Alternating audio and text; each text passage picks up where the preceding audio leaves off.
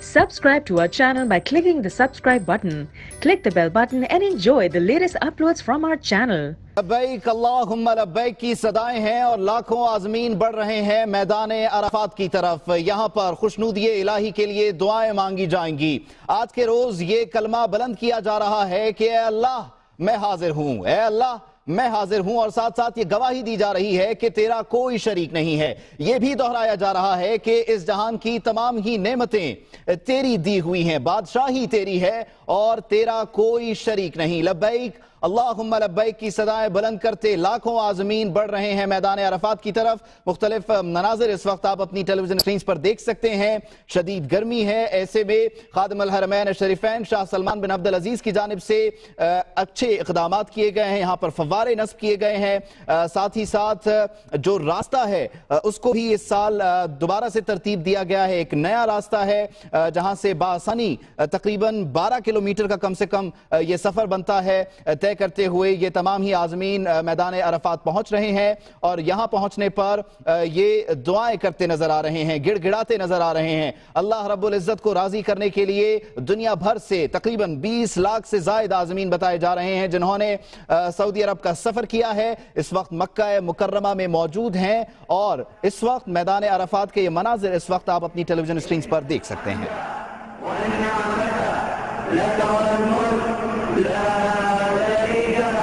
لبيك اللهم لبيك لبيك لا شريك لك لبيك إن الحمد والنعمة لك والملك لا شريك لك لبيك اللهم لبيك لبيك لا شريك لك لبيك إن الحمد والنعمة لك والملك لا لبيك اللهم لبيك لبيك لا شريك لك لبیک اللہم لبیک کی یہ صدائیں ہیں اور یہ صدائیں بلند کرتے لاکھوں عازمین میدان عرفات میں موجود ہیں. بڑا دن ہے آج کے دن، دعاؤں کی قبولیت کا دن ہے. اس دن کی فضیلت، اس دن کی تاریخ، اس پر بھی بات کرنا بہت ہی ضروری ہے. اس کے لیے ہم نے تکلیف دی. ہمارے ساتھ اسٹوڈیوز میں موجود ہیں علامہ ہشام الہی ظہیر صاحب، ابتسام الہی ظہیر صاحب. آپ دونوں کا بہت بہت شکریہ. ابتسام صاحب، آج کا یہ دن بڑا دن اور اس دن کی اہمیت اور پھر میدان عرفات کی اہمیت اور تاریخ، اس پر ذرا روشنی. دیکھیں جی، بنیادی طور پر بات یہ کہ اللہ تبارک و تعالیٰ نے انسانوں اور جنات کو اپنی عبادت اور بندگی کے لیے بنایا ہے. اس بندگی کے مختلف طریقے ہیں اس کے اظہار کے. ان طریقوں میں سے طریقہ یہ بھی ہے کہ انسان جو اللہ تبارک و تعالیٰ کی کسی متعین جگہ کی طرف سفر کرے. ان سفروں میں سے سفر جو ہے وہ سفر حج اور عمرہ جو ہے بڑی اہمیت کے حامل ہے.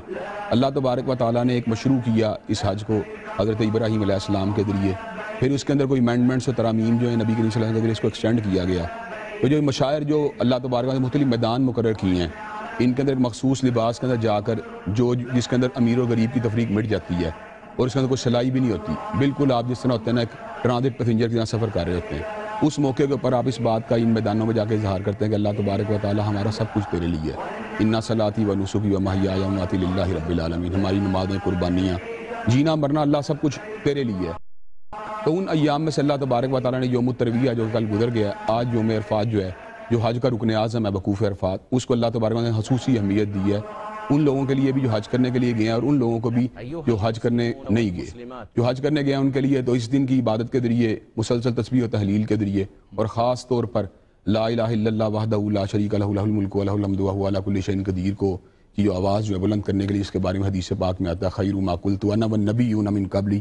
کہ مجھ سے پیشتر جتنے بھی انبیاء آئے وہ بھی یہ وظیفہ کہتے رہے، جس میں اللہ کی الوہیت کا بھی اظہار ہے، اس کی حکومت کا بھی اظہار ہے، اس کی قدرت کاملہ کا بھی اظہار ہے. اور یہ بہترین دعا ہے. تلبیہ بھی ہوگا، تکبیر بھی ہوگی، لیکن یہ دعا خصوصیت سے جانا اس کی بہت افادیت اور اہمیت ہے.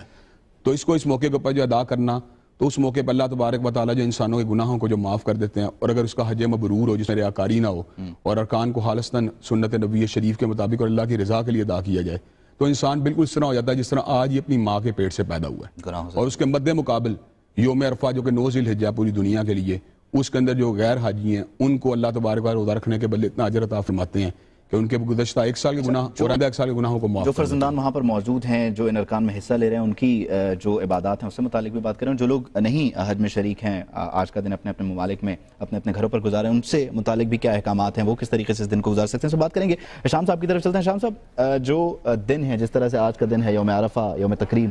یہ کس طرح سے ہیں؟ پہلا دن کیا ہے؟ سفر کے احکامات کیا ہیں؟ یہ تمام اگر ہمارے ناظرین کی رہنمائی کریں. بسم اللہ الرحمن الرحیم. سب سے پہلی بات تو یہ ہے کہ یوم عرفہ کے اوپر اللہ رب العزت اتنے گناہگاروں کو جہنم سے آزاد کرتا ہے کہ صحیح حدیث ہے کسی اور دن میں اتنے گناہگار جہنم سے آزاد ہی نہیں ہوتے. یہ اس دن کی اہمیت کے اوپر واضح بیان دلیل ہے. دوسری بات یہ ہے جو سوال آپ کر رہے ہیں کہ جو لوگ حج میں نہیں ہیں انہوں نے ان دنوں کا کیسے اکرام کرنا، تکریم کرنی ہے. 9 ذی الحجہ کا جو ایک بندہ صرف ایک روزہ رکھتا ہے، نبی کریم صلی اللہ علیہ وسلم نے صحیح حدیث میں فرمایا 1 سال پچھلے 1 سال آنے والے گناہ معاف ہے. اور یہ روزہ حاجیوں کے لیے نہیں ہے، یہ روزہ ہمارے لیے ہے. یعنی اتنی اہمیت ہے 9 ذی الحجہ کی. بعض لوگ یہ سمجھتے ہیں کہ یوم عرفہ وہاں پہ ہو رہا ہے تو آج ہم نے روزہ رکھنا. نہیں، تاریخ کا روزہ رکھنا چاہیے. 9 ذی الحجہ ہماری آنی ہے کل، تو ہمیں کل کا روزہ رکھنا ہے کیونکہ چاند 1 دن بعد پہنچا ہے. جیسے ہم عید 1 دن بعد کر رہے ہیں، یہ تو کوئی اتنا بڑا مسئلہ ہے. چاند کی ترتیب سے ہم نے یوم عرفہ کا روزہ رکھنا ہے کل 9 ذی الحجہ کو. اور اس کی فضیلت دیکھیں ہم پالیں گے کہ اللہ تعالیٰ نے پہلے نبی کریم صلی اللہ علیہ وسلم کے ذریعے سارے لوگوں کو اتنے جہنم سے آزاد ہوتے ہیں. اور لیلۃ القدر سے بعد محدثین کا اس بارے میں بھی بڑا لمبا چوڑا مکالمہ موجود ہے کہ یہ دن حاجیوں کے لیے لیلۃ القدر سے بھی افضل ہے. اچھا، اس کی وجہ یہ ہے کہ لیلۃ القدر میں بھی نبی کریم نے یہ نہیں کہا کہ اتنے گناہگار آزاد ہوتے ہیں. اس دن کی افضلیت اس لحاظ سے ہے کہ اس دن میں سب سے زیادہ گناہگار آزاد ہونے ہیں. اور اس کو رکنے آدم اس طرح سے سب سے افضل ہو گیا. اور یہ دیکھیں اس کے بغیر حج ہی نہیں. حج کہتے ہی وقوف عرفہ کو. اور یہاں پہ پھر نبی کریم صلی اللہ علیہ وسلم نے تاریخ ساز خطبہ دیا جس کی اپنی ایک الگ اہمیت ہے. وہ انسانی خطبے کی طرف بھی آئیں گے. ابتسام صاحب کو شامل گفتگو کرتے ہیں. ابتسام صاحب، اس کی تاریخ، مزدلفہ، منی، پھر شیطان کو کنکریاں مارنا، عرفات کے میدان میں آنا، مسجد نمرہ کی خود اپنی انفرادی طور پر جو اہمیت ہے، یہ اگر آپ بیان کر دیں. دیکھیں بنیادی طور پر بات یہ ہے کہ جو حج کے ارکان تھے ان میں سے کئی ارکان حضرت ابراہیم علیہ السلام مقرر کیے، لیکن اللہ تبارک و تعالیٰ نے ارکان کو کسی حد تک جو ہے نا تبدیل کروایا نبی صلی اللہ علیہ وسلم کے ذریعے. ایک تو اس میں یہ بات تھی کچھ انہوں نے بدعات شامل کر لی تھی، کچھ اپنی مرضیاں شامل کر لی تھی. دوسری بات ان کا حج اگرچہ اللہ تبارک و تعالیٰ کی تلبیہ کے ساتھ تھا لیکن اس کے باوجود وہ بت پرستی کے اندر ہی ملوث تھے. تو اللہ تعالیٰ کے نبی علیہ السلام نے یہ سارے کے سارے جو مشاعر ہمارے لیے مقرر کیے، ان میں منی بھی شامل ہے، ان میں مزدلفہ بھی شامل ہے، ان میں عرفات بھی شامل ہے. ان تمام کے تمام میدانوں سے گزرنے کا جو سیکوینس اللہ تعالیٰ کے نبی نے ہمارے لیے مقرر کیا ہے، اس میں جہاں اللہ تبارک و تعالیٰ کی الوہیت کا پیغام ہے وہاں اتباع سنت کا بھی ایک پیغام ہے. کہ آپ نے جہاں حضرت ابراہیم علیہ السلام کی اتباع کا بھی ایک مظہر اس میں نظر آتا ہے کہ جب آپ جمرات کو کنکریاں مارتے ہیں کہ آپ جو ہوتے ہیں اپنی خواہشات کے خلاف جو ہے نا ایک گویا کے دار رہے ہوتے ہیں کہ شیطان ہاں مجھے کتنے بھی وسوسے کیوں نہ دے تو میں اللہ حکم الحاکمین سے اس کے حکم سے اس کو رجم کر رہا ہوں. تو دوسرے مقام پہ آپ وہاں پہ جناب والا قربانی بھی کر رہے ہوتے ہیں، اس کے ساتھ ساتھ جناب اپنی حجامت بھی کروا رہے ہوتے ہیں. اس کے ساتھ ساتھ جو ہے آپ جو ہیں اللہ تبارک و تعالیٰ کی تسبیح تحلیل اور اس کے بعد جو پھر واپس اپنے بیت اللہ کے پلٹ رہے ہوتے ہیں جہاں سے ایک لحاظ سے حج کا آغاز ہوا تھا. حج تمتع کا آغاز عمرہ کرنے سے ہوا تھا نا. تو ایک مرتبہ پھر آپ اس کی طرف پلٹ رہے ہیں، گویا کہ مرکز و محور یا دوبارہ ان میدانوں کے ساتھ اس کا ایک ربط ہو رہا ہے طواف افاضہ کرنے کے لیے آپ پھر بیت اللہ شریف کی طرف آ رہے ہیں. تو یہ ساری کی ساری باتیں نبی کریم صلی اللہ علیہ وسلم نے جو ہمیں بتلائی ہیں اس کے اندر جو وقوف عرفات کی خصوصی سگنیفیکنس وہ یہی ہے کہ اللہ تبارک و تعالیٰ کے حبیب علیہ السلام نے یہاں پہ پہنچ کے جو نمازوں کو بھی ادا کیا، خطبہ بھی دیا. اور پھر سب سے بڑی اس میں اتباع سنت کا یہ پیغام بھی ہمیں حاصل ہوا کہ اب سورج ڈوب رہا تھا تو نبی کریم صلی اللہ علیہ وسلم نے بجائے وہاں پہ قیام کرنے کے وہاں سے فوراً سے پہلے کوچ کرنے کا حکم دیا. اب اس کا مطلب ہے سورج کا غروب ہونا جو ہے اگرچہ وہ مغرب کا پیغام دیتا ہے لیکن جب نبی کریم صلی اللہ علیہ وسلم اس کو مغرب کا پیغام کے طور پہ نہ قبول کریں یا اس کو نہ اپنی امت کے لیے مقرر کریں تو اس دن کی مغرب جو ہوتی ہے ہمارے لیے اہمیت نہیں رکھتی بلکہ اس وقت عرفات سے کوچ کر جانا ہمارے لیے اہمیت رکھتا ہے. تو یہ ساری کی ساری سیکوینس کا جو پیغام نظر آتا ہے کہ آپ خاص ایک جہت میں جو موو کر رہے ہوتے ہیں اس جہت کا اصل مطلوب یہ ہے کہ اللہ تبارک و تعالیٰ کی رضا حاصل ہو جائے اور نبی کریم صلی اللہ علیہ وسلم کی جو ہے نا اتباع ہو جائے. باقی جو حج کے مناسک تھے وہ حضرت ابراہیم علیہ السلام جب مقرر کیے تو ایک ایسا موقع تھا کہ اللہ تبارک و تعالیٰ نے ان کو یہ بات کی کہ آپ حج کے لیے اذان دیں، آپ اذان دیں، لوگوں کو لے کے آنا جو ہے میری ذمہ داری ہے. تو جس وقت آپ نے حضرت اسماعیل علیہ السلام کو وہاں پہ وادی بیاب و گیا میں چھوڑا تو آپ نے اس وقت یہ الفاظ کہ ربنا انی اسکنت من ذریتی بواد غیر ذی زرع عند بیتک المحرم، اللہ میں تو وادی بیاب و گیا میں اپنی اولاد کو چھوڑ رہا ہوں لیکن اب اگلا کام آپ نے کرنا ہے فَجْعَلْ أَفْئِدَةً مِّنَ النَّاسِ تَهْوِي إِلَيْهِمْ، آپ نے لوگوں کے دلوں کو جو ہے نا ان کی طرف مائل کر دینا ہے. اب آپ ایک بات سوچیں، ایک ایسی وادی جس کے اندر پلانٹیشن نہیں ہوتی اس طرف لوگوں کے دل کس طرح مائل ہو سکتے ہیں. لیکن اللہ تبارک و تعالیٰ کو کس طرح مائل کیا کہ آج پوری دنیا سے لاکھوں کی تعداد میں حاجی جو ہے نا مسلسل اس طرف جو ہے پہنچنے کی کوشش کر رہے ہیں. وہ جو پہنچ جاتے ہیں وہ دوبارہ آنے کو ترستے ہیں, جو نہیں پہنچتے وہ اس بات کی حسرت کرتے رہتے ہیں کہ آکاش ہم پہنچ. اور دوسری بات آپ نے یہ بھی کہی کہ اگر جہاں پلانٹیشن نہیں ہے تو وارزقھم من الثمرات, اللہ میری اولاد کو جو ہے نا, چونکہ میری اولاد ہے اور اہل ایمان جو یہاں پہ آ کے بعد ہوں گے اور یہاں پہ اہل ایمان جو آ کے یہاں پہ زیارتیں کرنے کے لیے آئیں گے, تیری رضا حاصل کرنے کے لیے آئیں گے, تو اللہ تبارک و تعالیٰ تو ان کا جب میزبان ہوگا تو ان کو پھلوں سے رزق دینا. اب اللہ تعالیٰ نے ایک ایسا اہتمام کیا کہ دنیا بھر کے پھل جو ہے خود چل چل کے مکہ مکرمہ پہنچ رہے ہیں اور ہر طرح کا پھل جو ہے وہاں پہ بہترین آپ کو اویلیبل ہوتا ہے. تو حج کے مناسک کی بنیادی طور پہ ترتیب جو بنتی ہے وہ یہ ہے کہ جو خواہش نفس کو دبانا ہے اور اللہ تبارک و تعالیٰ کی کامل تابعداری کو اختیار کرنا ہے, جو اسلام کا اصل روح ہے. اسلام کیا ہے؟ انسان کے اللہ تبارک و تعالیٰ کے سامنے جھکنے کا اور اپنی خواہشوں کو سبمٹ کرنے کا. ابتسام صاحب, جس طرح سے آپ نے کہا کہ اس میں کچھ سنت ابراہیمی ہے, کچھ سنت نبوی ہے, تو اس کو بھی ذرا کیٹیگوریکلی الگ کر کے اگر بیان کر دیں کہ سنت ابراہیمی کیا ہے اس حج کے ارکان میں اور سنت نبوی کیا ہے. اچھا میں بتاتا ہوں. بنیادی طور پر بات یہ تھی کہ جس وقت عرفات کے طرف جو تھا نبی کریم صلی اللہ علیہ وسلم نے کوچ کیا تو یہ جو تھے مشرکین اس بات کا گمان کر رہے تھے کہ نبی کریم صلی اللہ علیہ وسلم مزدلفہ سے آگے جو ہے نا کوچ نہیں کریں گے, لیکن نبی صلی اللہ علیہ وسلم آگے چلے گئے. اس کے بعد جو ہے نا آپ وادی نمرہ سے پھر آگے چلے, پھر آپ عرفات میں جا کے پہنچے. یوں محسوس ہوتا ہے یہاں سے ساری کی ساری بات سے گویا کہ جو وقوف عرفات کی جو ہے نا جو ہمیں ریکمنڈیشن ملی ہے وہ نبی کریم صلی اللہ علیہ وسلم حاصل ہوئی ہے. دوسری بات یہ جو صفا مروہ تھی, اگرچہ یہ اللہ تبارک و تعالیٰ نے مشروع کی ہوئی تھی, لیکن ایک گمان پیدا ہوا کہ شاید یہ پتھر کی جو پہاڑی ہیں ہم اگر ان کا کوئی جو آپس میں صحیح کرتے ہیں کہیں اس کے اندر کوئی بدعت والی بات یا اس کے اندر کوئی انوویشن والی بات تو نہیں, تو اللہ تعالیٰ نے اس بات کو بھی کلیئر کر دیا. اس میں انوویشن والی بات کوئی نہیں. ان الصفا والمروہ من شعائر اللہ فمن حج البیت واعتمر فلا جناح علیہ, کہ جو صفا مروہ ہیں یہ اللہ کی نشانیاں ہیں, اللہ کے مشاعر ہیں, اگر آپ ان کا جو صحیح کرتے ہیں اس میں کوئی قباحت والی بات نہیں ہے. باقی جو حج کے اندر جو آپ نے جو تطہیر خاص طور پہ کیا ہے وہ اس کے اندر ایک تو بات یہ کہ آپ نے 8 ذی الحجہ سے لے کر 12 یا 13 ذی الحجہ تک اس مناسک جو ہے ان کا تعین فرمایا ہے. وقوف عرفات کو اس کے اندر جو ہے نا انڈیوس کیا ہے اور اس کے اندر جو ہے نا اس کو ایک خاص جو اب موجودہ ہم فارم میں دیکھ رہے ہیں اس کے اندر قرآن مجید کی آیات بھی شامل ہیں, حدیث نبوی شریف کے وظائف بھی شامل ہیں, اور یہ ساری کی ساری باتیں نبی کریم صلی اللہ علیہ وسلم کی ریکمنڈیشن کی وجہ سے جو جس طرح بن آتنا فی الدنیا حسنۃ وفی الآخرۃ وقنا عذاب النار, جو رکن یمانی حجر اسود کا دعا ہے, یہ سیدنا ابراہیم علیہ السلام کی شریعت میں. اچھا ابتسام صاحب, اس گفتگو کو ہم آگے بڑھائیں گے اور مناسک حج سے متعلق جو گفتگو ہے اس پر جو احکامات ہیں, جو سنت ہے اس سے متعلق ہم بات کریں گے. دیگر خبریں بھی شامل کرتے ہیں. اس وقت ایک بریکنگ نیوز آپ کے ساتھ شیئر کریں کہ کنٹرول لائن پر بلا اشتعال فائرنگ کی گئی ہے اور بھارتی ڈپٹی ہائی کمشنر کو دفتر خارجہ طلب کیا گیا ہے. بھارتی فائرنگ سے 55 سالہ شہری شہید ہوا. دفتر خارجہ نے اس بات کو کنفرم کیا ہے اور ساتھ ہی ساتھ یہ بھی بتایا گیا ہے کہ احتجاج ریکارڈ کروانے کے لیے بھارتی ڈپٹی ہائی کمشنر کو دفتر خارجہ طلب کیا گیا ہے. بھارت مسلسل کنٹرول لائن پر بلا اشتعال فائرنگ کا سلسلہ جاری رکھے ہوئے ہے. پاکستان کی جانب سے بار بار یہ واضح کیا جا رہا ہے کہ امن کی ہماری خواہش کو کمزوری نہ سمجھا جائے. ہم اس خطے میں امن چاہتے ہیں, نہ صرف افغانستان کی حد تک بلکہ ہمارا پڑوسی ملک ہے بھارت. ہم چاہتے ہیں کہ اس سائٹ پر بھی امن ہو, کیونکہ دونوں سائٹس کا یہ جو امن ہے یہ پاکستان کے استحکام کے لیے, پاکستان کی سلامتی کے لیے بہت ہی ضروری ہے, اور پڑوسیوں کی یہ ذمہ داری بنتی ہے کہ وہ اس طرح سے اپنے پڑوسیوں کو تنگ نہ کریں, چھیڑ چھاڑ نہ کی جائے. بار بار عسکری قیادت کی جانب سے, سرکاری حکام کی جانب سے واضح کیا گیا ہے. ترجمان دفتر خارجہ نے آج کے روز یہ کنفرم کیا ہے کہ بھارتی فائرنگ سے 55 سالہ ایک شہری شہید ہوا اور کنٹرول لائن پر ہونے والی بلا اشتعال فائرنگ کے نتیجے میں یہ شہری شہید ہوا ہے. احتجاج ریکارڈ کروانے کے لیے بھارتی ڈپٹی ہائی کمشنر کو دفتر خارجہ طلب کیا گیا ہے. احتجاجی مراسلہ بھی فرمایا گیا ہے اور ساتھ ہی ساتھ یہ کہا گیا ہے کہ اس قسم کی چھیڑ چھاڑ سے خطے کا امن متاثر ہو سکتا ہے. کنٹرول لائن پر بلا اشتعال فائرنگ کی گئی ہے بھارت کی جانب سے, اور اس بلا اشهد ان لا الہ الا اللہ لا يحب كل اثیم خوان واشهد ان محمدا عبده ورسوله صاحب الحجة والبيان والمنزه عن الخيانة والبهتان صلى الله عليه صلى الله وسلم عليه وعلى آله وأصحابه وأتباعه ممن اقتفى أثره في خصال بسم اللہ الرحمن الرحیم. یہ ابھی جو خطبہ حج دے رہے ہیں یہ ڈاکٹر سعادت شتری ہیں اور یہ ان کا پہلا خطبہ حج ہے. انہوں نے اپنے خطبے کی ابتدا اللہ رب العزت کی حمد سے کی ہے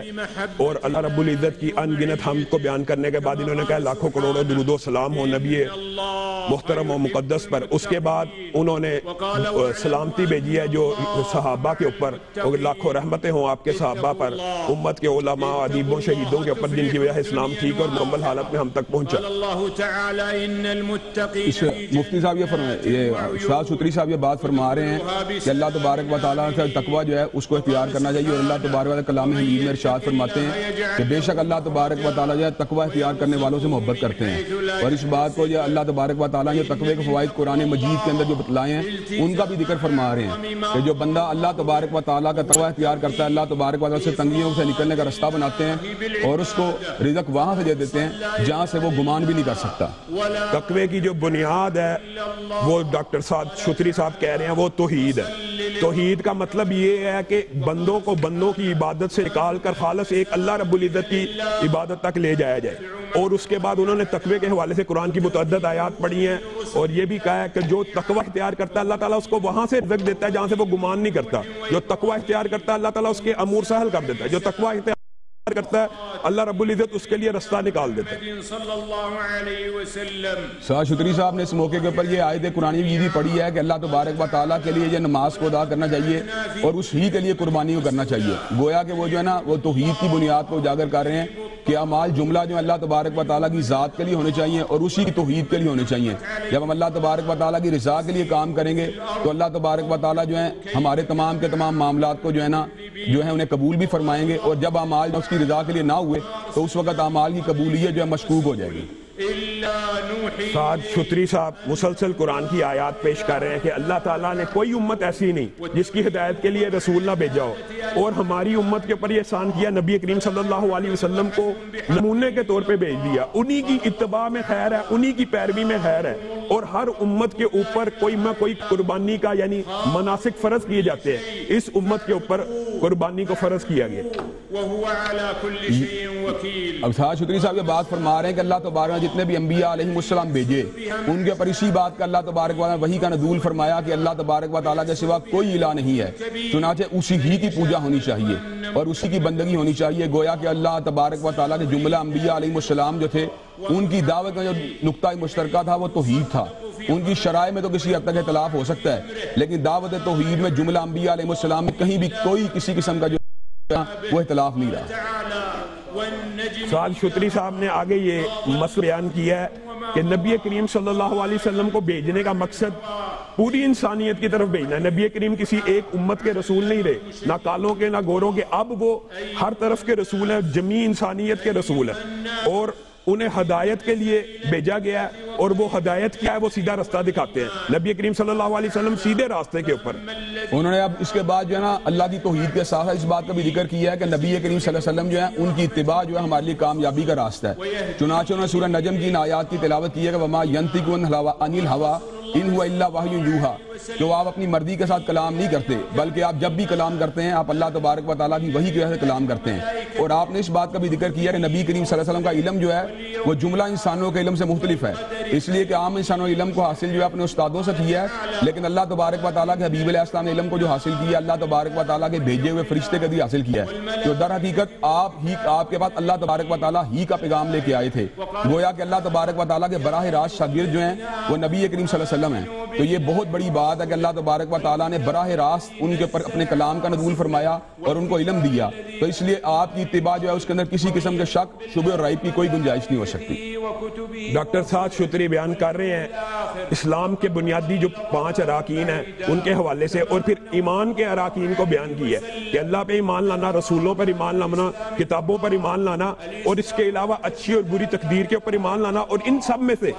جس کی طرف انہوں نے پوری امت مسلمہ کی رہنمائی کی ہے وہ یہ کہا کہ ایمان بالآخرت، جو بندہ آخرت پہ ایمان رکھتا ہے، جو بندہ آخرت کی بات کرتا ہے، جو بندہ آخرت پہ یقین کرتا ہے اس کے اعمال سیدھے ہو سکتے ہیں، جس کا آخرت پہ ایمان نہیں ہے اس کا ایمان ناقص ہے۔ اب اس کے بعد انہوں نے ارکان اسلام کا ذکر کیا کہ ارکان اسلام کے انہوں نے سب سے پہلے اس بات کا ذکر کیا کہ شہادتین جو ہیں وہ ارکان اسلام ہیں، اللہ تعالیٰ کی توحید کی شہادت دینا اور نبی کریم صلی اللہ علیہ وسلم رسول ہونے کی شہادت دینا، اور اس کے بعد نمازوں کو جو ہے صحیح طور پہ ادا کرنا، زکوٰۃ کو دینا، روزے کو رکھنا، اور جو حج جو ہے اس کو ادا کرنا۔ گویا کہ جو ارکان اسلام میں جو حج کا مقام ہے، یعنی اسلام کو جو کمپوننٹ جن کی وجہ سے اسلام مارد وجود میں آتا ہے ان میں حج کی افادیت کا ذکر کر رہے ہیں، اور اس ضمن کے اندر باقی ارکان اسلام کے اوپر بھی روشنی ڈال رہے ہیں کہ کئی لوگ حج تو کرتے ہیں لیکن وہ باقی ارکان اسلام کے اوپر جو ان کی پختگی ہونی چاہیے اس کا مظاہرہ نہیں کرتے. چنانچہ انہوں نے اس موقع پہ اس بات کا ذکر کیا صلاۃ عماد الدین کہ نماز جو دین کا ستون ہے. گویا کہ حاجیوں کو جہاں پہ حج کے لیے اپنے آپ کو اللہ تبارک و تعالیٰ کی رضا کے لیے سفر کر کے آنے والوں کو اللہ کی بندگی کا جو ایک مظہر بن جانا چاہیے, وہاں باقی زندگی کے اندر جو باقی ارکان اسلام ہیں ان کی بجا آوری کے لیے بھی اپنے آپ کو ہمہ وقت آمادہ و تیار رکھنا چاہیے. یہاں پہ سعد شتری صاحب نماز کی اہمیت کے اوپر زیادہ زور دے رہے ہیں کہ ایمان بالآخرت کا سب سے پہلا تقاضا حج کرنا بھی ہے, دیگر ارکان کو ادا کرنا, لیکن نماز کو ادا کرنا بہت ضروری ہے. اور قرآن پاک کی آیات پڑھ رہے ہیں کہ حافظوا علی الصلوات, اس نماز کی حفاظت کرو جو وسطی ہے, یعنی عصر کی نماز کی حفاظت کرو, فجر اور عشاء کی نماز کی حفاظت کرو, تو دل سے نفاق بھی نکل جائے گا اور سارا دن عبادت میں لکھا جائے گا. ساتھ ہی انہوں نے اس بات کا بھی ذکر کیا اب اس موقع کے اوپر جو ہے نا وہ نزول قرآن مجید اور روزوں کی افادیت اور اہمیت کا بھی ذکر فرما رہے ہیں. اور آپ یہ بات فرما رہے ہیں کہ جو قرآن مجید ہے یہ بڑی زبردست کتاب ہے. اللہ تبارک اس کو بینات من الہدی والفرقان بنا دیا کہ اس کے اندر ہدایت کی نشانیاں بھی ہیں اور یہ حق و باطل کے درمیان, حلال و حرام کے درمیان, شرک و توحید میں فرق کرنے والی بھی ہے. گویا کہ وہ کلام حمید کی جو دینی اہمیت ہے اور جو اس کا ایک مقام ہے دین کے اندر بھی اور انسانیت کے لیے اس کا ذکر فرما رہے ہیں کہ جو انسان جو ہدایت کو حاصل کرنا چاہتا ہے اور ہدایت کی نشانیوں کو پانا چاہتا ہے تو اس کو کلام اللہ کے ساتھ تمسک کو اختیار کر دینا چاہیے. اور یہاں پہ خطبہ حجۃ الوداع کی بات یاد بھی آ جاتی ہے کہ جو نبی مہربان حضرت رسول اللہ صلی اللہ علیہ وسلم نے ارشاد فرمائی تھی کہ ترکت فیکم امرین لن تضلوا ما تمسکتم بہما کتاب اللہ و سنتی, کہ میں تم میں دو چیزیں چھوڑ کے جا رہا ہوں, ایک اللہ کی کتاب ہے اور دوسری میری سنت ہے. جب تک تم کو پکڑے رہو گے تم کبھی گمراہ نہیں ہو سکتے. یہاں پہ نماز کے بعد سعد شتری صاحب نے حج کی اہمیت اور فضائل بیان کی ہے اور قرآن پاک کی مشہور آیت کو بھی پڑھا وللہ علی الناس حج البیت. اور اس کے بعد آپ نے یہ کہا کہ نبی کریم صلی اللہ علیہ وسلم کی حدیث ہے کہ جو بندہ حج کرتا ہے اور اس کے اندر فسق نہیں کرتا, فجور نہیں کرتا, جدال نہیں کرتا, قتال نہیں کرتا, لڑائی نہیں کرتا, اچھے معاملات کرتا ہے, اس کی کوئی جدا نہیں اللہ کے پاس سوائے جنت کے, وہ سیدھا جنت میں داخل ہوگا. اور اس کے بعد مفتی ڈاکٹر سعد نے قرآن پاک کی آیت پڑھی ہے ان الدین عند الاسلام, دین اللہ کے نزدیک صرف اسلام ہے. اگر کوئی بندہ یہ سمجھتا ہے کہ اسلام کے علاوہ بھی اس کے نیک اعمال قبول ہو سکتے ہیں تو اس کو دنیا میں تو اجر مل سکتا ہے, آخرت میں اس کے لیے کوئی نہیں ہے.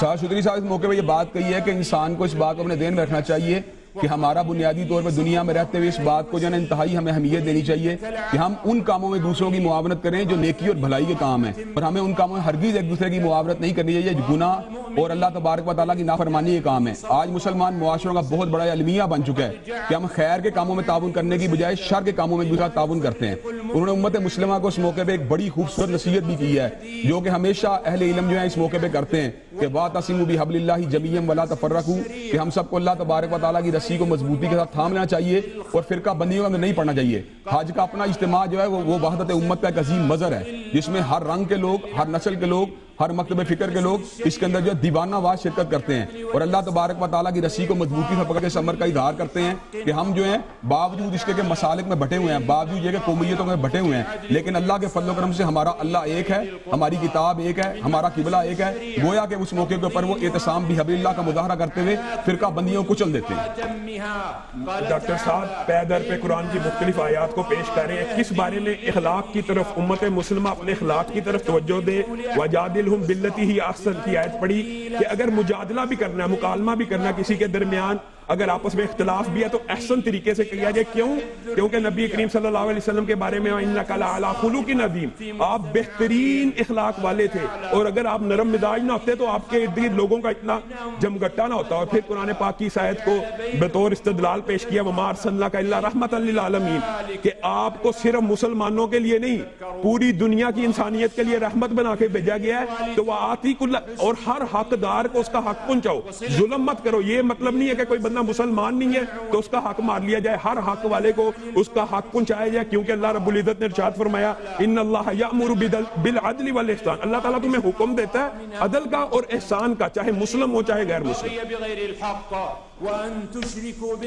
اس موقع پہ سعد شتری صاحب جو ہیں قرآن مجید کی اپنی افادیت اور قرآن مجید کے بعد احکامات کی افادیت کا ذکر کر رہے ہیں. آپ اس بات کا ذکر کر رہے ہیں قرآن مجید جو ہے اس راستے کی رہنمائی کرتا ہے جو بالکل سیدھا اور مضبوط راستہ ہے. گویا کہ اگر ہم نے صحیح معنوں میں جو ہے ہدایت کو حاصل کرنا ہے تو اس کے لیے ہمیں قرآن کے ساتھ اپنے تمسک کو جو ہے نا اختیار کرنا چاہیے. اسی طرح انہوں نے یہ بات جو ہے اس بات کا بھی ذکر کیا ہے کہ ہمیں جو بغاوت ہے یا ہمیں جو بے اعتدالی ہے اس کے راستے کو چھوڑنا چاہیے اور اللہ تبارک و تعالیٰ کی ذات کے ساتھ جو کسی قسم کا شرک نہیں کرنا چاہیے۔ اس خطبے کے اندر جو بڑی زبردست بات نظر آ رہی ہے وہ یہ ہے کہ سعد شتری صاحب کلام حمید کی آیات سے بڑی تیزی کے ساتھ استدلال کر رہے ہیں اور اپنے ہر نقطے کی وضاحت کے لیے مسلسل کلام حمید کی آیات کو پیش کر رہے ہیں۔ ایھا المؤمنون لقد كان من خطبة المصطفى صلی اللہ علیہ وسلم۔ ڈاکٹر سعد الشتری مومنوں کو مخاطب ہو کے نبی کریم صلی اللہ علیہ وسلم کے خطبہ حج کی طرف اشارہ کر رہے ہیں کہ تمہارا خون، تمہاری عزت، تمہاری جانیں ایک دوسرے کے اوپر حرام کی گئی ہیں۔ اور اس سے قبل انہوں نے فرمایا مقاصد شریعت میں یہ نہیں ہے کہ شریعت بے نظمی کی، غیر تنظیمی کی بات کو پروموٹ کرتی ہے، شریعت کے مقاصد میں مسلمانوں کا نظم و ضبط، آپس میں اتحاد بھی ہے۔ تزدهر به الحياة وتنمو به التجارات وتطمئن به القلوب۔ دیکھیں بنیادی طور انہوں نے یہ بات بھی اس موقع پہ کہی ہے کہ انسان جو ہے نا مسلمان انہیں باہمی ایک دوسرے کے جتنے بھی املاک ہیں، جتنی بھی ان کی مال ہیں اور جتنے بھی ایک دوسرے کے خون ہیں، ان کی حرمت کو مد نظر رکھنا چاہیے۔ اور یہاں پہ خطبہ حجۃ الوداع کا وہ پیغام یاد آ جاتا ہے کہ نبی مہربان حضرت رسول اللہ صلی اللہ علیہ وسلم نے ارشاد فرمایا کہ مسلمانوں کی حرمت، ان کے اموال کی حرمت اور ان کی جانوں کی حرمت بالکل اسی طرح ان کے لیے محترم ہونی چاہیے جس طرح حرم کی سرزمین ان کے لیے محترم ہے، جس طرح آج کا دن ان کے لیے محترم ہے۔ اب آپ اندازہ کیجئے کہ حرم کی زمین سے زیادہ محترم زمین کون سی ہو سکتی ہے اور آج کے دن سے زیادہ ہم کون سا دن ہو سکتا ہے۔ اور اس دن کے مقابلے کے اوپر اس بات کا ذکر کیا جاتا ہے کہ مسلمانوں کو ایک دوسرے کی جان، مال اور عزتوں کا اکرام کرنا چاہیے۔ تو گویا اس بات میں نصیحت کی گئی ہے کہ ایک معاشرہ ایسا ہونا چاہیے جس میں بقائے باہمی کا ماحول ہو، جس میں عزت و احترام کا ماحول ہو، جس کا تشدد اور افتراق والی کوئی بات موجود نہ ہو، جس میں اتحاد اور اتفاق والے تمام کے تمام مظاہر اپنے پورے عروج کے اوپر ہوں۔ یہاں پہ ڈاکٹر سعد شتری اسلام کے بنیادی اصولوں کو بیان کر رہے ہیں کہ مسلمان جو ہوتا ہے ظلم کرنے والا نہیں ہوتا، اور ظلم سے بچو۔ اور ظلم کی دو قسمیں ہیں، آپس کے ایک دوسرے کے معاملات میں بھی ظلم ہوتا ہے، اور سب سے بڑا ظلم یہ ہے کہ اللہ کی ذات کے ساتھ بندہ شریک ٹھہرا دے کسی۔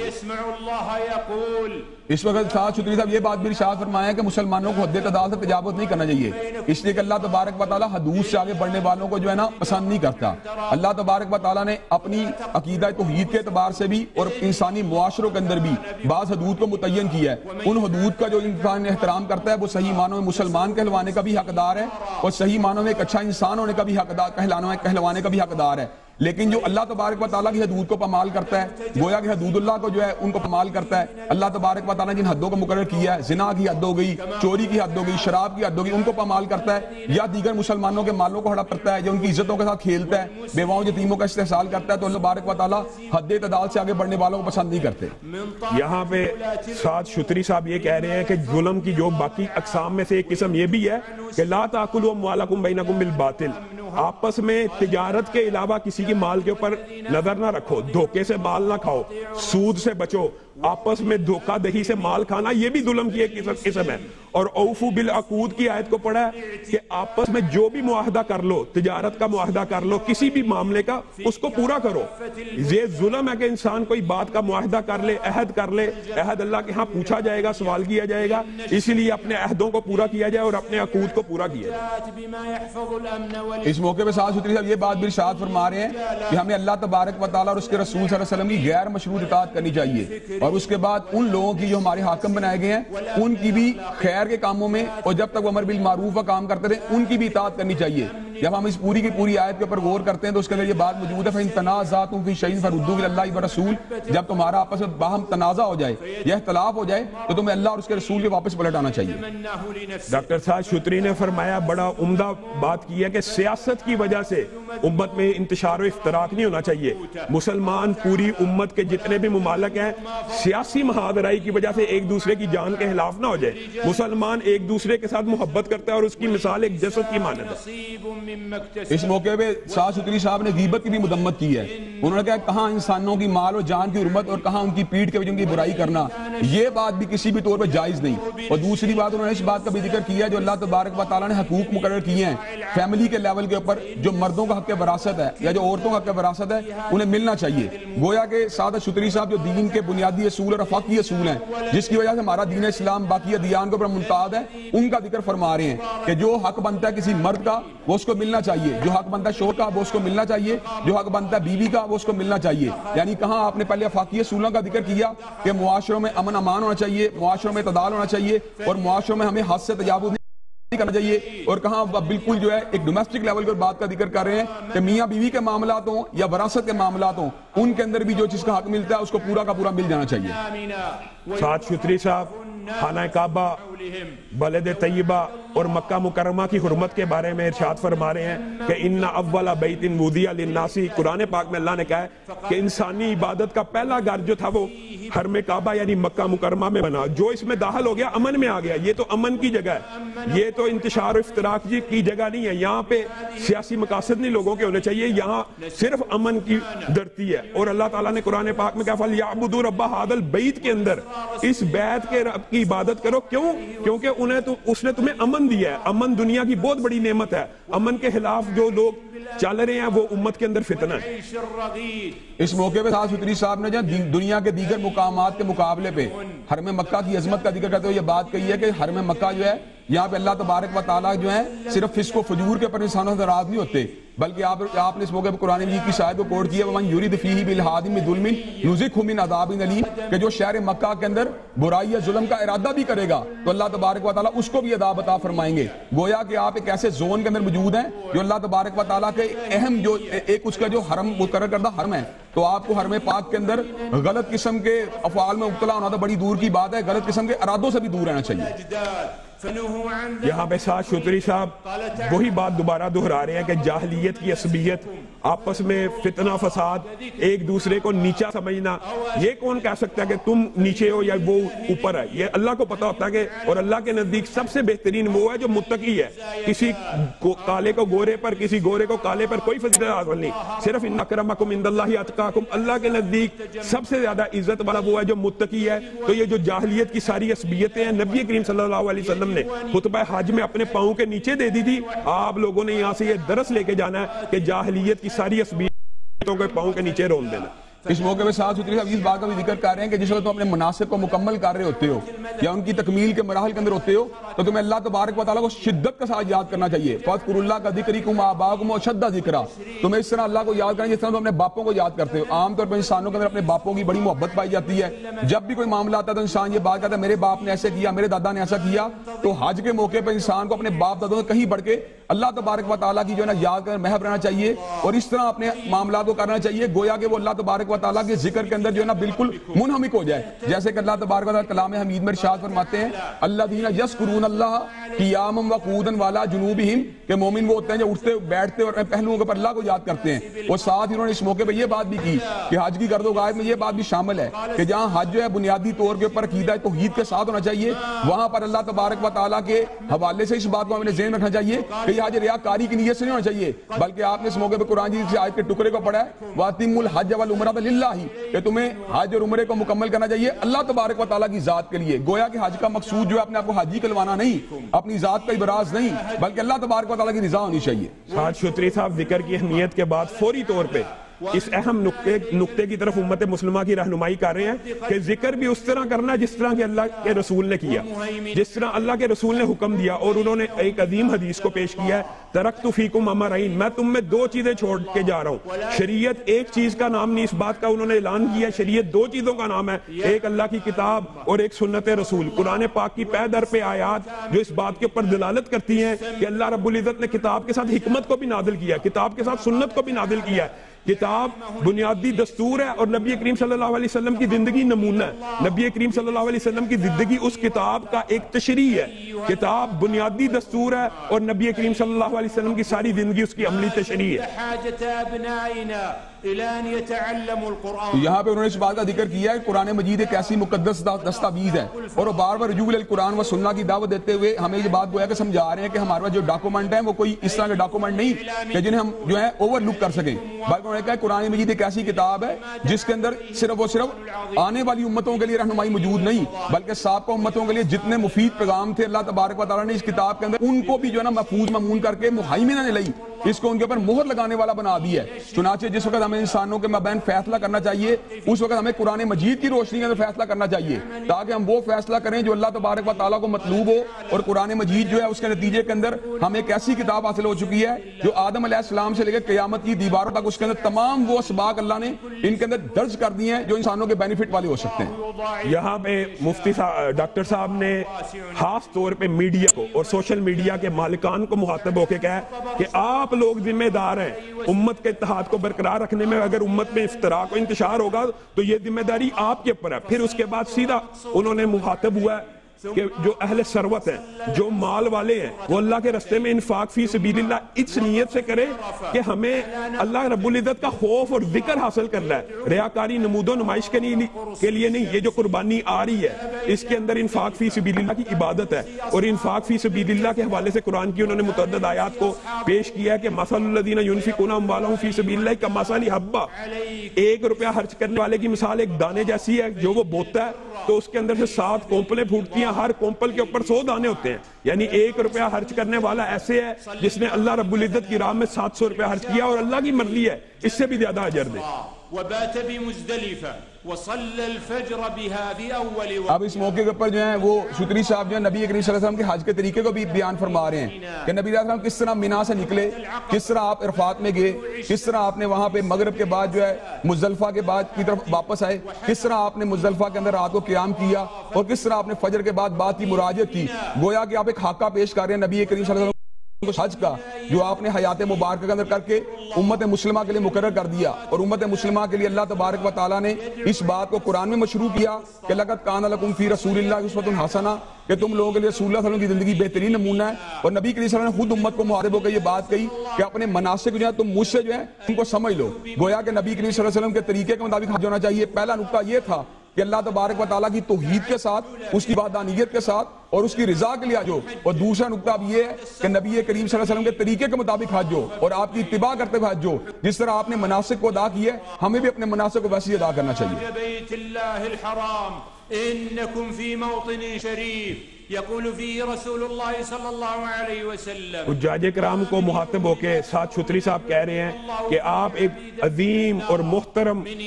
جگہ کے اوپر ہیں, محترم مقام کے اوپر ہیں. اور جیسے کہ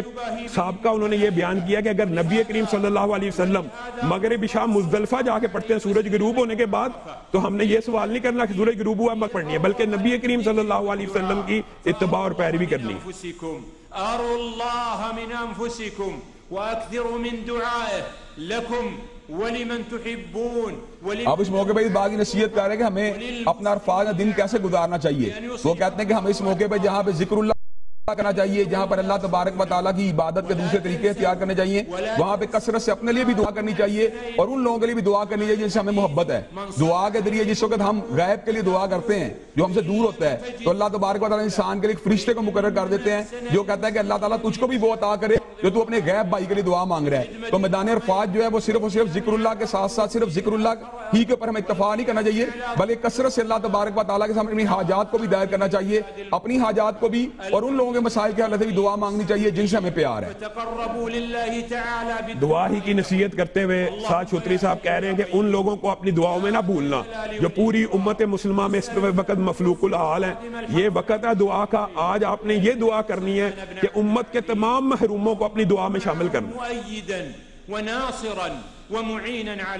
اس موقع پہ آپ جو ہیں وہ یہ بات کہہ رہے ہیں اللہ تبارک و تعالیٰ کے مختلف اسماء کے حوالے سے اللہ سے دعا مانگ رہے ہیں. یہ قرآن مجید کے اندر اللہ نے اس ادب کا بھی ذکر کیا ہے وَلِلَّهِ الْأَسْمَاءُ الْحُسْنَىٰ فَادْعُوهُ بِهَا, کہ اللہ تبارک و تعالیٰ کے پیارے پیارے نام ہیں, ہمیں ان کے ساتھ کو پکارنا چاہیے. چنانچہ وہ یا حیو کہہ کے پکار رہے ہیں, یا قیوم کہہ کے پکار رہے ہیں, یا ذا الجلال والاکرام کہہ کے پکار رہے ہیں. اور اس موقع پر انہوں نے خادم الحرمین شریفین کے لیے بھی دعا کی ہے کہ انہوں نے جو بہترین انتظامات کیے ہیں. اور ہم یہ بات سمجھتے ہیں کہ دنیا میں جو بھی کار خیر کرتا ہے, چاہے وہ کوئی ایک ملک کا بادشاہ ہو یا کسی ایک ملک کا سربراہ ہو یا کسی علاقے کا کوئی مسئول ہو, تو ہم یہ بات سمجھتے ہیں ہمیں اسے بھی اپنی دعا میں نہیں بھولنا چاہیے. اہل دین کو چاہیے کہ جو دینی معاملات کے ساتھ ساتھ دنیاوی اعتبار سے خیر والے کام کرتے ہیں ان کو بھی اپنی دعا میں یاد رکھیں. ساتھ چھتری صاحب مسلسل امت مسلمہ کے لیے دعا کر رہے ہیں اور لوگوں کو بھی حکم دے رہے ہیں کہ دعا کریں, اپنے ساتھ دعا میں شامل بھی فرما رہے ہیں اور کہہ رہے ہیں اللہ تعالیٰ ان لوگوں کا حج قبول فرمائے. میں اللہ سے دعا کرتا ہوں اللہ آپ سب لوگوں کا فرمائے. ہمارے جو ولی امر ہیں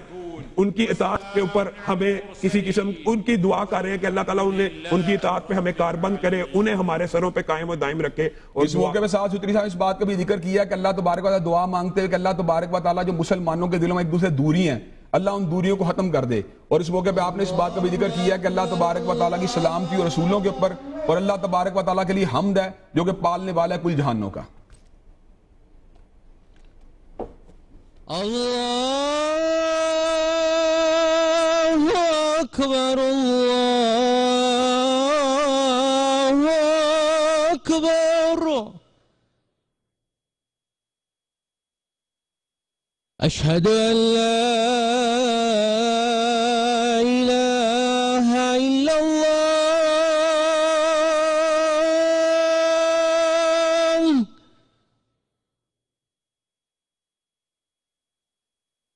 اشہد ان لا الہ الا اللہ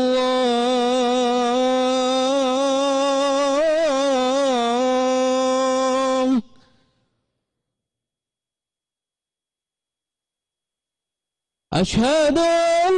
محمد رسول اللہ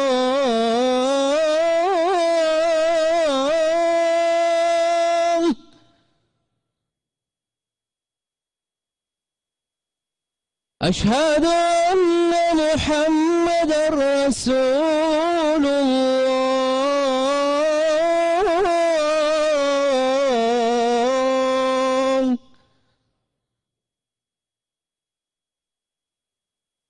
حي على الصلاة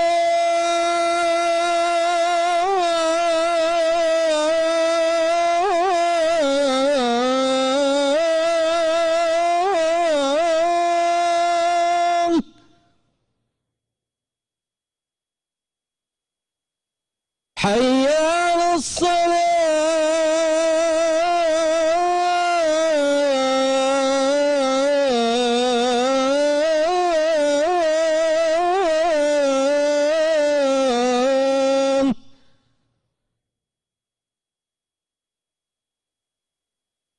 حي على الفلاح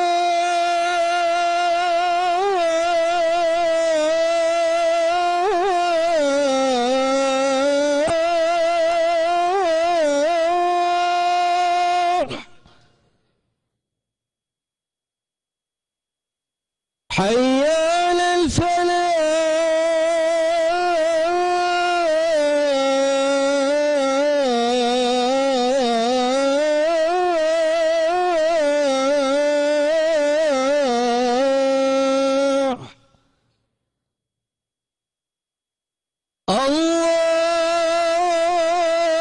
الله أكبر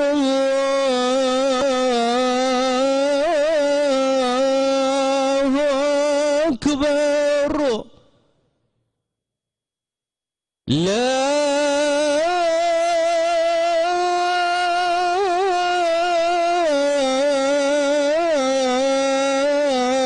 إله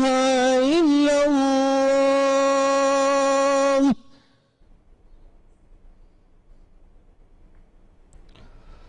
خطبہ حج دیا گیا مسجد نمرہ سے. شیخ ڈاکٹر سعد بن ناصر الشتری نے یہ خطبہ دیا اور اس خطبے کا باقاعدہ آغاز کیا گیا اللہ رب العزت کی حمد و ثنا سے. اور پھر سب سے پہلے اس بات پر زور دیا گیا، تمام ہی عازمین کو مخاطب کرتے ہوئے یہ کہا گیا کہ آپ پر فرض ہے کہ آپ تقوی اختیار کریں. تقوی کی بنیاد توحید ہے، اس بات کا بھی ذکر کیا. ساتھ ہی ساتھ یہ بھی تلقین کی کہ نماز ادا کرو، اللہ کو راضی کرو. اور بار بار ایسی آیات دہرائی گئیں کہ جن میں حکم ملتا ہے نماز ادا کرنے کا. اور یہ بھی کہا کہ اللہ رب العزت نے انسانوں کی ہدایت کے لیے انبیاء کو بھیجا ہے. ہمارے لیے جو رحمت ہے، ہمارے لیے جو مثال ہے، وہ نبی آخر الزمان محمد مصطفیٰ صلی اللہ علیہ وآلہ وسلم ہے، اور ہمیں ان کی زندگی سے سیکھنا چاہیے. خطبہ حج آپ صلی اللہ علیہ وآلہ وسلم کا، اس کا بھی حوالہ دیا گیا اور یہ کہا گیا کہ آج ہم سب یہاں موجود ہیں اور ہم سب صرف مسلمان ہیں.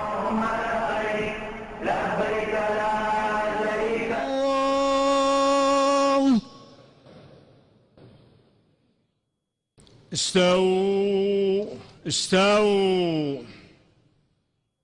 تقاربوا.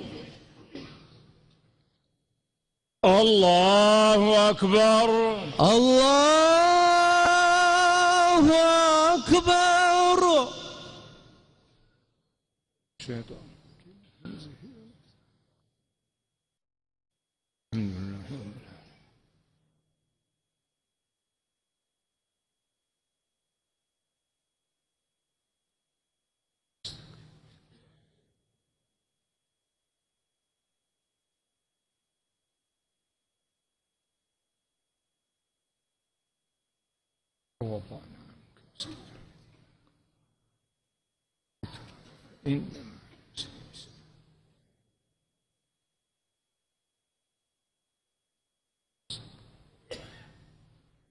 الله أكبر. الله أكبر.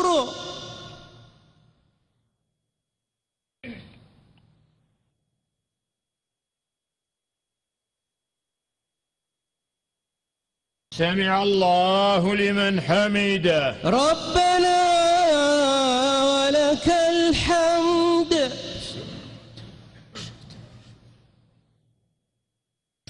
الله أكبر. الله أكبر.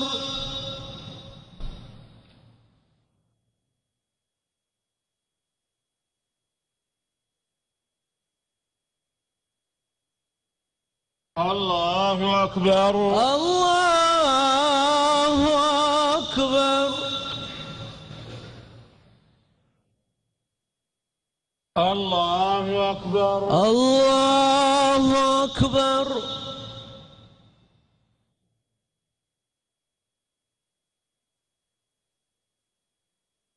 الله أكبر. الله